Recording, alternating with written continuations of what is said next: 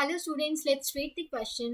Charge Q1 equals to plus 6 nanocoulomb is on y-axis at y equals to plus 3 centimeter and charge Q2 equals to minus 6 nanocoulomb is on y-axis at y equals to minus 3 centimeter. Calculate force on test charge Q0 equals to 2 nanocoulomb placed on x-axis at x equals to 4 centimeter. Okay. So हमें question में दो charges दे रखे हैं 6 नैनोकुलम और minus 6 नैनोकुलम जिनको हमने y axis पे रखा हुआ है. एक को हमने y इक्वल्स टू 3 सेंटीमीटर पे और एक को y equals to minus 3 centimetre पे. हमें निकालना क्या है, फोर्स निकालना है हमें एक टेस्ट चार्ज Q नोट पे जिसका मैग्नीट्यूड 2 नैनोकुलम दे रखा है और जिसको कहाँ पे रखा गया x एक्सिस पे at the distance of 4 centimetre. तो according to the given situation in the question हम एक बार डायग्राम ड्रॉ कर लेते हैं. ये हमारी मान लो y एक्सिस है, ठीक है, ये x एक्सिस है. अब क्वेश्चन के अकॉर्डिंग 6 नैनोकुलम को हमने कहा रखा हुआ है y एक्सिस पे at a distance of 3 centimetre. तो ये 6 नैनोकुलम चार्ज है जिसको हमने y इक्वल्स टू 3 सेंटीमीटर पे रखा हुआ है. ये हमारा प्लस 3 सेंटीमीटर हो गया, ठीक है. ये हमारा एक तरह से 0,3 कोऑर्डिनेट हो गया एक तरह से, ठीक है. 3 सेंटीमीटर हो गया ये. और माइनस 6 नैनोकुलम है यहाँ पे, माइनस 6 नैनोकुलम. इसको भी हमने कहा रखा हुआ है माइनस 3 सेंटीमीटर. 0,-3 है, ये भी कितना हो गया 3 सेंटीमीटर एक तरह से ओरिजिन से इसका डिस्टेंस. ये हमारा Q1 हो गया और ये हमारा Q2 हो गया. और हमें निकालना क्या, फोर्स निकालना है टेस्ट चार्ज Q नोट पे.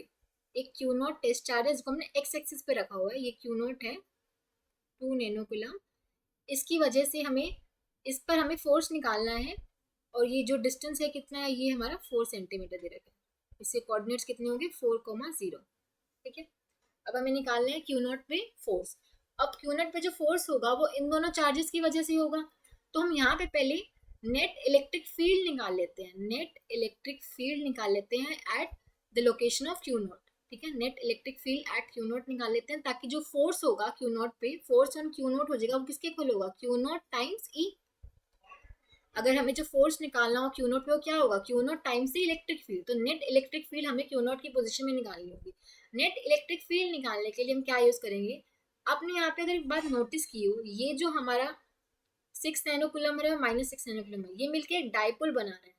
दो चार्जेस हैं, अगर दो चार्जेस हमारे इक्वल एंड ऑपोजिट हों, मान लो एक Q1 है और यहाँ पे माइनस Q1 है, दो चार्जेस इक्वल एंड ऑपोजिट हैं और दोनों के बीच सेपरेशन मान लो 2L है.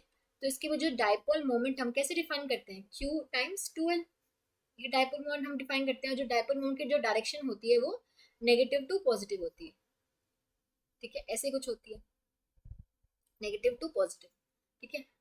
तो यहाँ पे हमारा ये जो 6 नैनोकुलम है और माइनस 6 नैनोकुलम है, ये मिलकर एक डाइपोल बनाएंगे और जो डायरेक्शन होगी डाइपोल की वो क्या होगी, अलोंग y एक्सिस, नेगेटिव से पॉजिटिव, पॉजिटिव y डायरेक्शन में होगी, ठीक है. और जो डाइपोल की वैल्यू होगी वो क्या होगी, चार्ज का मैग्नीट्यूड क्या है 6 नैनोकुलम इनटू में इनके बीच की सेपरेशन. सेपरेशन कितनी है 3 centimetre into 3 centimetre, 6 centimetre separation है.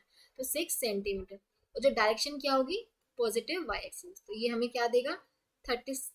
तो इसको हम 6 इंटू 10⁻⁹ कोलम लिख सकते हैं और इसको हम 6 इंटू 10⁻² मीटर लिख सकते हैं.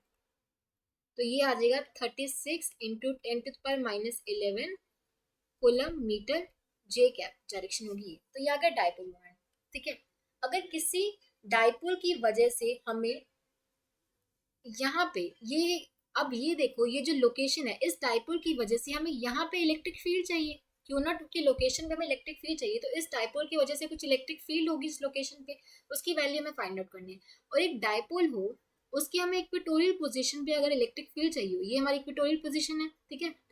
अगर और इक्वेटोरियल डिस्टेंस कितना मान लेते हैं x डिस्टेंस दूर है. तो अगर किसी डाइपोल की वजह से हमें इलेक्ट्रिक फील्ड चाहिए हो एट इक्वेटोरियल पोजीशन, तो क्या होती है इलेक्ट्रिक फील्ड होती है हमारी 1/4πε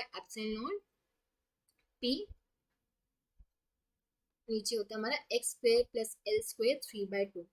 ये जो टोटल लेंथ होती है वो 2L होती है और ये वाली डिस्टेंस हो जाएगी L इसके सेंटर से, ठीक है. तो ये हमारी इलेक्ट्रिक फील्ड होती है. इलेक्ट्रिक फील्ड की जो डायरेक्शन आती है वो ऑपोजिट आती है डाइपोल मोमेंट की. तो ये हो जाता है माइनस हमारा लग जाता है क्योंकि इलेक्ट्रिक फील्ड और डाइपोल मोमेंट की जो डायरेक्शन होती है वो ऑपोजिट होती है अगर हम इक्वेटोरियल पोजीशन पे निकालें, ठीक है. तो ये फॉर्मूला होता है. तो electric field due to this dipole की हमें वैल्यू फाइंड आउट करनी हो तो ये फॉर्मूला हम लगा सकते हैं. तो -1/4πε की वैल्यू कितनी होती है 9 इंटू 10⁻⁹. डाइपोल मोमेंट की वैल्यू हमने निकाली है 36 इंटू 10⁻11। यहाँ पे जे कैप डायरेक्शन में है तो इलेक्ट्रिक फील्ड क्या आएगी, माइनस जे कैप में आएगी, ठीक है, डाउनवर्ड डायरेक्शन। और एक्स की वैल्यू कितनी है, एक्स मतलब ये वाला, ये जो डिस्टेंस है हमारा, ये हमारा डिस्टेंस कितना है यहाँ पे 4 सेंटीमीटर, ठीक है। इक्वेटोरियल हमारे यहाँ पे जो पोजीशन दे रही है 4 सेंटीमीटर, 4 इंटू में 10⁻2 का स्क्वायर लिख सकते हैं इसको, क्योंकि एक्स स्क्वायर है, इसको हमने मीटर में कन्वर्ट कर लिया, प्लस एल की वैल्यू। अब ये 2L हमारा 6 था पूरा, ठीक है, ये हमने 2L को हमने यहाँ पे 6 कंसिडर किया था, राइट, 6 सेंटीमीटर। और यहाँ पे ये सेंटर से यहाँ पे कितना होगा, ये डिस्टेंस L कितना हो गया 3 सेंटीमीटर, तो 3 इंटू 10⁻2 का स्क्वायर, की पावर कितनी है ये 3/2, ठीक है।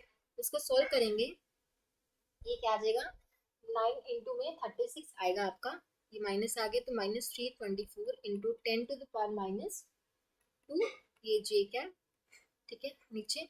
अब यहाँ से देखो 10-2 10-4, इसमें भी 10-4, तो 10-4 हम यहाँ पे कॉमन ले सकते हैं, और अंदर बचेगा 4 का स्क्वायर ये 16 प्लस 3 का स्क्वायर 9, की पावर यहाँ पे है 3/2, ठीक है। इसको हम यहाँ फर्दर लेके तो -324 इंटू 10⁻2 जे क्या, ये आएगा 10-4 टू द पावर 3/2 करेंगे।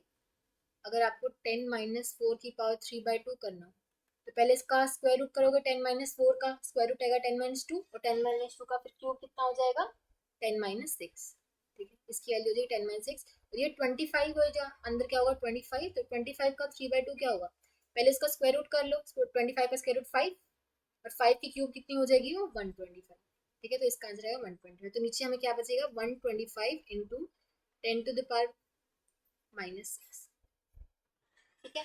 तो -324/125 हमें कितना देगा, -2.592 इंटू 10⁴, ठीक है, ठीक है, ये माइनस भी है तो एक तरह से माइनस जे कैप डायरेक्शन आ रही है, -2.592 इंटू 10⁴ जे कैप, ठीक है। ये हमारी क्या आ गई, इलेक्ट्रिक फील्ड की वैल्यू आ गई। और हमें निकालना क्या था, फोर्स निकालना था, तो फोर्स की वैल्यू क्या आ गई, क्यू नॉट क्या दे रखा है 2 नैनोकुलम, तो 2 नैनोकुलम, तो 2 इंटू में 10⁻⁹। इलेक्ट्रिक फील्ड की वैल्यू क्या थी, -2.592 इंटू 10⁴, ठीक है, जी क्या, इसकी वैल्यू क्या आ जाएगी, इसको हम मल्टीप्लाई करेंगे तो हमारे पास आएगा -5.184 इंटू 10⁻⁵, जे क्या, जिसको हम फर्दर ये भी लिख सकते हैं 51.84 इंटू 10⁻⁶, ठीक है, यहाँ पे माइनस आगे था ही, तो जे क्या, तो जो कि आ जाएगा हमारे पास -51.8 माइक्रोकुलम, माइक्रो न्यूटन हो जाएगा ये, ठीक है। और ये जे क्या, ठीक है, इसको मैं दोबारा एक बार थोड़ा क्लैरिटी से लिख देती हूँ, ये यहाँ पे कितना हो जाएगा -51.84 इंटू 10⁻⁶ आया। थोड़ा हम यहाँ पे इसको और क्लैरिटी से लिख देते हैं ताकि कोई कंफ्यूजन ना रहे आपको।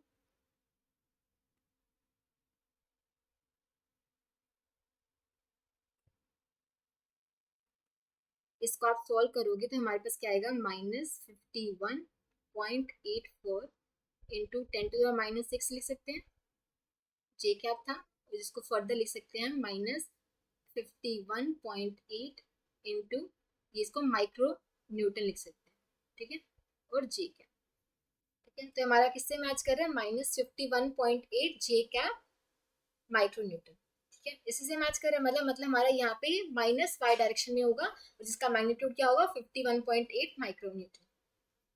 सर मैच कर रहे हैं ऑप्शन ए से, so option A would be the correct choice. I hope आप सबको समझ आया होगा। Thank you so much.